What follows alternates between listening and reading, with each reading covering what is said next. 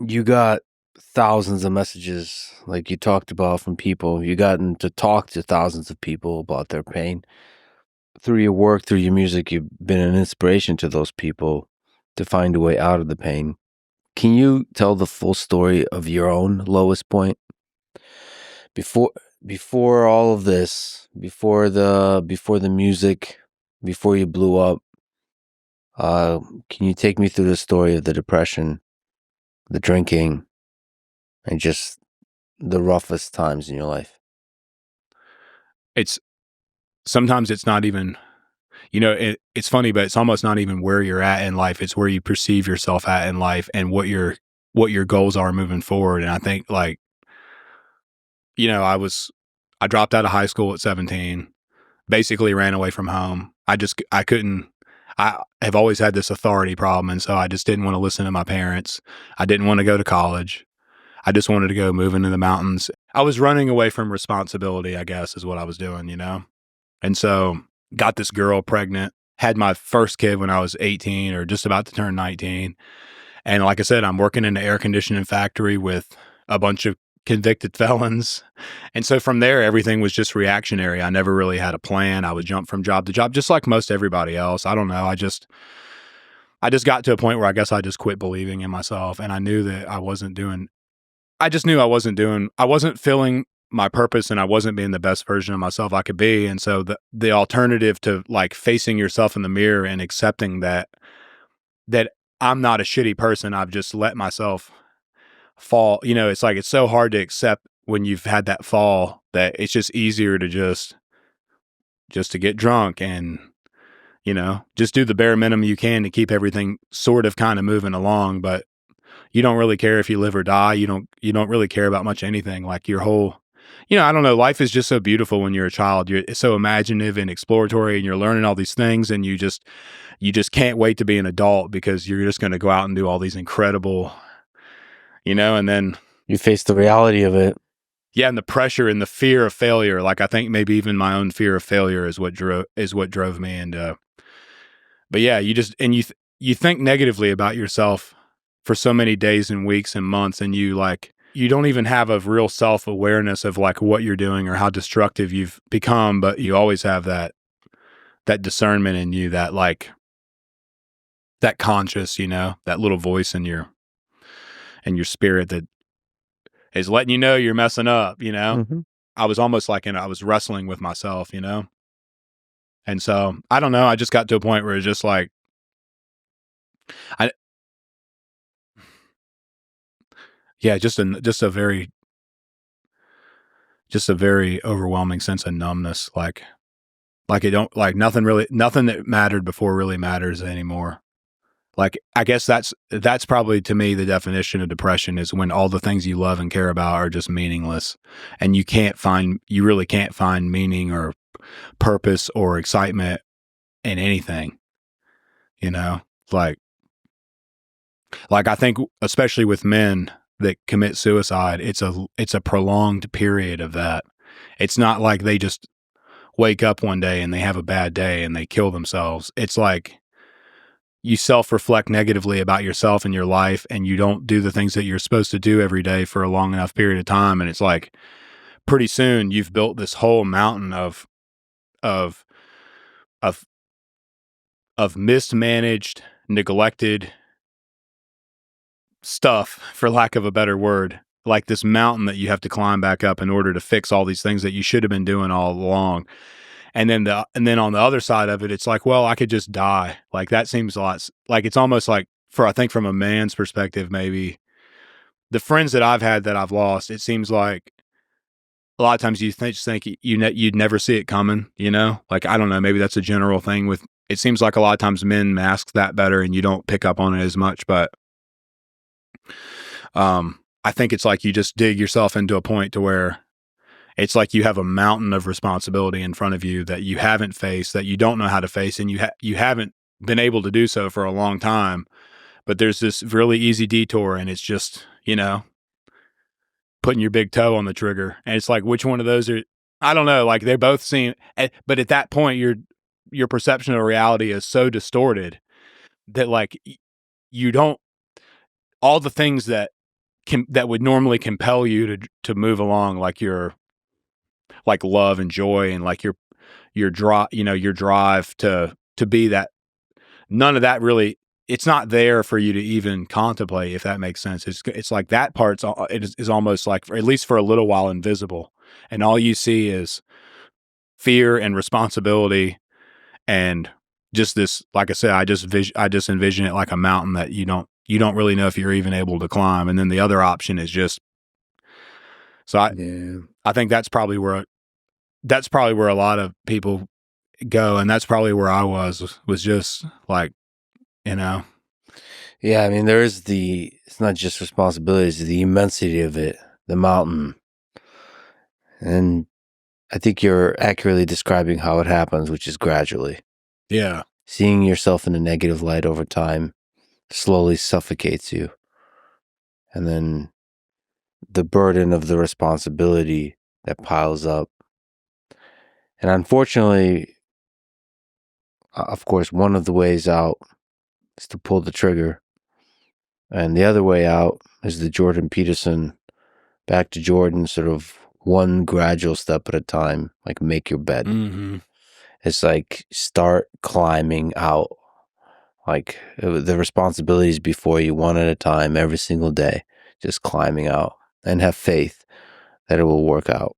That was what was so powerful for me about just beginning to open my mind back up to reading just a little bit of stuff, like a little bit of stuff from the New Testament that Jesus said and some different perspectives and teachings. But like, an apostle would be in prison, like basically being tortured and facing death, but like just overjoyed in writing about talking about, it's all about your perspective of things. Like I said, like that's why I never could understand why, like celebrities or professional, I mean, giving one example of many, like a Kurt Cobain type scenario where you have a guy that's just immensely talented, just will always be loved by plenty of people. Like I never could understand why that guy. There's a ocean of quiet suffering in a lot of, and I think it is disproportionately in a lot of men, and they hide it well. That's why blue collar workers have such a high suicide rate and all too, and why it is so important to talk to those people. And yeah, it's in you could see it in the eyes, and there is a lot of pain there. Without trying to open up too many doors, I think that's probably the best way I would describe it, is just a series of negligent decisions and also just misperceptions, like I think this was an Andrew Huberman thing where he talks about medications and how it's a lot more likely for somebody to keep their dog on their medication schedule, but not themselves. You love your dog and your dog like is just this great little thing. And you don't see the flaws and the faults and the sin and the disgust in your dog that you do yourself. So it's much more likely for people to make sure their dog has their medication every day. But like, there's this alarming statistic with just the amount of people that don't even fill their prescriptions they need filled or take care of themselves the way they do. And then that also, like over time, like if you quit taking care of yourself and you're not in good health and you're not in a good routine, you're not like a long series of doing enough of those things like you do, it's easy for you to just think that your self-worth is zero. Because if you're not even willing to have basic hygiene and eat decent food and try to take care of yourself, it's like, how on earth are you going to go face all these things that you need to face to get your life better if you don't even care enough to do that? It's just like, it's a long tragic road to get to that point. I think, at least in my case, the idea that there was something bigger than me that loved me, even despite I had all these flaws and problems and just that I was just such a wretched person. That's what, at least in my situation, that's what I think helped put, more than anything. Like I said, that's certainly where the motivation to quit once I quit the drinking, it helped a lot because I was able to, even though it was difficult, I was able to actually be able to be honest with myself and reflect on a lot of things that were, and you got to think, like I said, we watched it was like of course, in my case, it was a little unfair of an example because within a month, all this stuff had happened like after I quit. But, I see it in my friends that have quit and have tried to turn things around. And it's like, it is the most beautiful thing in the world to see somebody like come to life again after being in one of those. You're able to like sort of like escape this shell of all those terrible things. And even if you are still in a bad position and you got 30 grand worth of credit card debt and you're working some shit job and your car doesn't start half the time, and like, your girlfriend left you for some other dude, and like, don't matter what it is, like if at least that little glimmer of hope, that like that faith that there is a chance it's something greater, like that'll push people. You can push a mountain aside with that, like you can do anything with that. And I think it's also good. I think it is important to have a good support structure. Like when you get to that point, I don't think anybody should have to face that stuff by themselves. And there's plenty of other people out there that are in the same position. And I think that's why it's so important for us to try to get reconnected on a personal level and not just through digital communication, because like all we see of each other online is the good stuff. Yeah. Very rarely are people posting on Facebook talking about, how could you even, it's like all you see is the best of people, but I don't think we realize that we're all going through a lot of the same things anyway, the low points and stuff. Guess what happens when you either lose your job or can't quite figure out a good job and you're not making that much money, or you're basically broke and you have a girlfriend that's not happy about you being broke? She's going to leave you. Or if it's a wife that could face divorce, and like the breakups and divorce can break a lot of people even when they're doing well. Yeah. And now when they're not doing well, that's a rough one. And that basically your support system for a lot of people is the relationship, is the wife and so like that's taking the support system from underneath you. And I've had good friends of mine I've seen get in destructive relationships, and like they'll start to date a girl, and then like within a year they're just like a shell of what they were. Because sometimes I do think you have to be careful with like your self-validation and the way you perceive yourself, and making sure that it's you giving yourself that and not somebody else. Because I do think too, it's like, yeah, like how are you supposed to, if you can't even keep a woman around to love you right, like how are you supposed to love yourself? It's easy to think about that. Like I've seen a lot of men get wrecked in bad relationships and stuff too. It's tough, Yeah, ultimately I think, maybe dark to say, but there is a base layer at which we're alone in this world. Like you need to be strong by yourself first and foremost, because sometimes there'll be times in life where everybody leaves you. Yeah. The wife leaves you, the job leaves you, and for some people, even people you thought are friends will backstab you. And even then, you have to have the strength to find your footing again. Like that ultimately comes from you, right? I mean, man, of course, like I said, in all the experiences I've been through, I'd be a fool to deny it, but like I do think there is God there that's always there but you certainly can self-isolate yourself too, even from that. If you can find faith in yourself, I've seen it do wonderful things for human beings.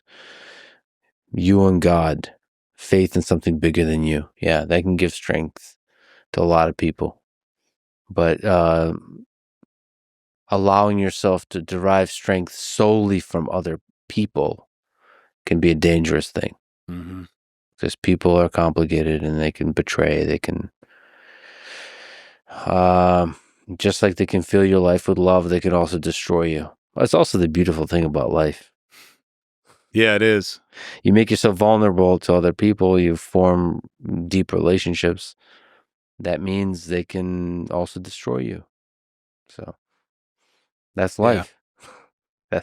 That's what makes this whole thing. And then you write really great heartbreak songs. Yeah.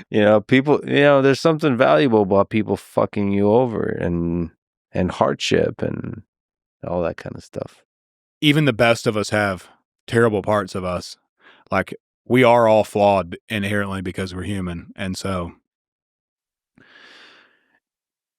there'll never be another Garden of Eden on earth, like figuratively, where we all just live harmoniously and everything's great and happy and wonderful. But it's those basic principles that you talk about, like love and those relationships and those connections that we have that make it all. Because think about it, I mean, like in a lot of cases, it's like that's the position you get in when you get so depressed and you get so low. It's like, what's the point in even doing all this? Like it is just for anyone. It's just so crazy, overly complicated and exhausting to live, isn't it? Like, even in this modern society where we have all these wonderful little conveniences and we can just have food delivered right to our door if we want and all this kind of crap, it's like people are still like more depressed now than they've ever been. And like all the anxiety and all the mental health stuff is just probably just as prevalent as it's ever been.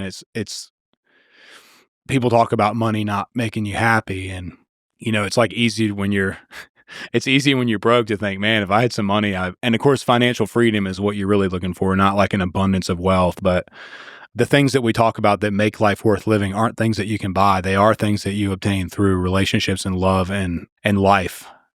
And so it is just an infinitely complex and crazy thing to think about, but it's like, that human component of us is what's so important to our long-term existence, like our ability to have connection with each other, and the joy we find in that, the purpose we find in that it's not anything that's replaceable with anything, Yeah, I've seen that with just seeing the effects of war on the people.